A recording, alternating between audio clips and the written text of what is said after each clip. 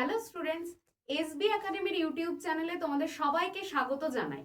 মাধ্যমিক 2026-এর আজকে ভূগোল পরীক্ষা ছিল। আশা করছি সমস্ত পরীক্ষার্থীদের খুব ভালোভাবে পরীক্ষাটি হয়েছে। এবার দেখে নেব যে যে সমস্ত প্রশ্ন পরীক্ষায় এসেছে সেগুলোর নির্ভুল উত্তর কি কি হতে চলেছে। চলো একদম প্রথমেই দেখব বিকল্পগুলি থেকে সঠিক উত্তরটি নির্বাচন করে লেখো। বহির্জাত শক্তির মূল উৎস হলো অপশন খ হবে সৌরশক্তি। তারপরের প্রশ্ন, পার্বত্য হিমবাহের পৃষ্ঠদেশে সৃষ্ট গভীর ফাটলগুলিকে কি বলে? অপশন ক হবে ক্রেভাস বলে। হেটেরোস্ফিয়ারের প্রথম উপস্তরটি হলো, এখানে অপশন গ হবে আণবিক নাইট্রোজেন স্তর। তারপরের প্রশ্ন দেখো, বলছে আল্পস পর্বতের উত্তর ঢালে যে স্থানীয় বায়ুপ্রবাহের ফলে বরফ গলে যায় তা হলো, ঘ হবে ফন। শৈবাল সাগর দেখা যায়, ক হবে আটলান্টিক মহাসাগরে দেখা যায়। তারপর দেখো, পৃথিবীর ওপর চাঁদ ও সূর্যের মহাকর্ষীয় আকর্ষণের কারণে সমুদ্র জলতলের নিয়মিত উত্থান ও পতনকে কি বলে? এখানে উত্তর হবে ঘ, জোয়ার ভাটা বলে।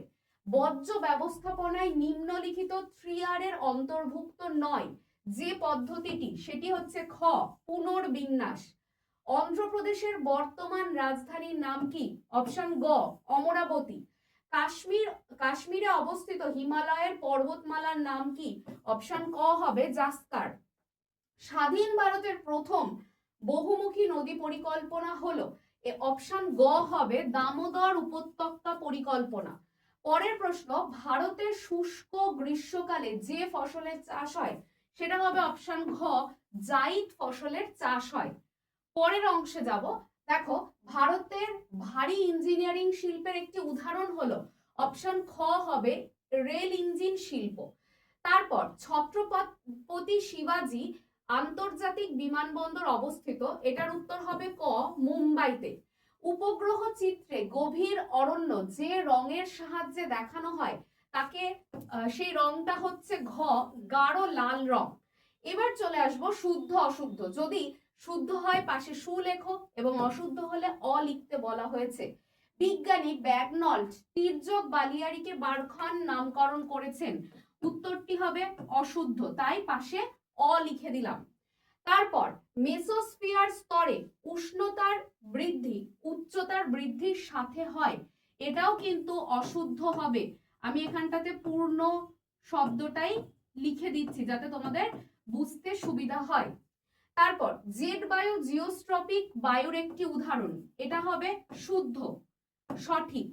পৃথিবীর সাপেক্ষে সূর্য ও চন্দ্রের সমকৌণিক অবস্থানকে সিজি কি বলে? এটা হবে অশুদ্ধ।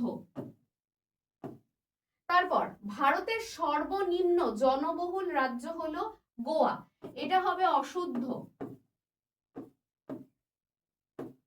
তারপর উপকূল অঞ্চলে লবণাক্ত মৃত্তিকায় ম্যানগ্রোভ অরণ্য গড়ে ওঠে, এটার সঠিক উত্তর হবে শুদ্ধ। তারপর উপগ্রহ চিত্রগুলি স্কেল অনুসারে তৈরি হয় না, এটার উত্তর হবে অশুদ্ধ। পরবর্তী অংশে দেখো, শূন্যস্থান পূরণ করার কথা বলা হয়েছে।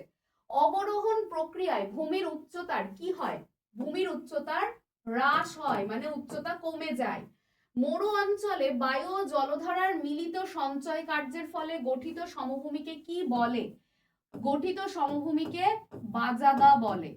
তারপর কোন স্থানের উষ্ণতা বৃষ্টিপাত লেখচিত্রে উষ্ণতার রেখাটি বছরের মধ্যভাগে নিম্নমুখী হলে স্থানটি কোন গোলার্ধে অবস্থিত? এখানে সঠিক উত্তর হবে দক্ষিণ গোলার্ধে অবস্থিত।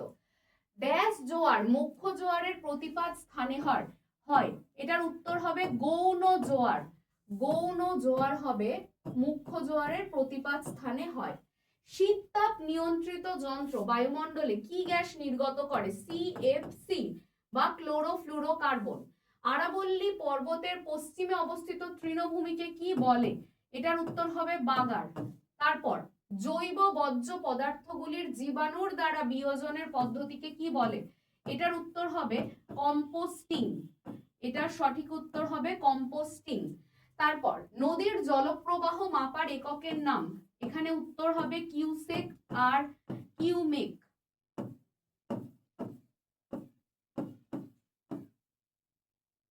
নেক্সট, সম্পৃক্ত বায়ুর আপেক্ষিক আর্দ্রতা কত শতাংশ? 100%।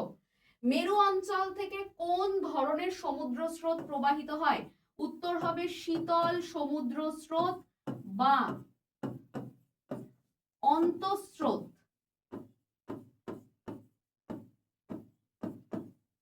তারপর মানব শরীরে কোন বিষাক্ত বর্জ্যের উপস্থিতিতে মিনামাটা রোগ হয়?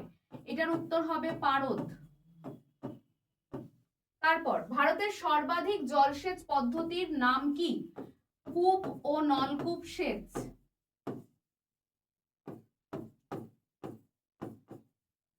তারপর ভারতে উত্তর পূর্ব মৌসুমী বায়ু কোথায় বৃষ্টিপাত ঘটায়? এটার উত্তর হবে করমণ্ডল উপকূল।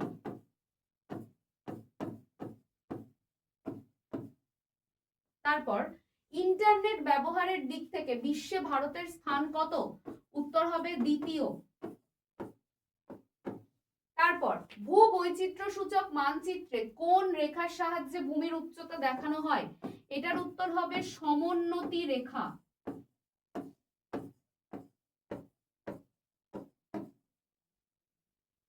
এগুলো হলো সব শর্ট কোশ্চেনের অ্যান্সার গুলো।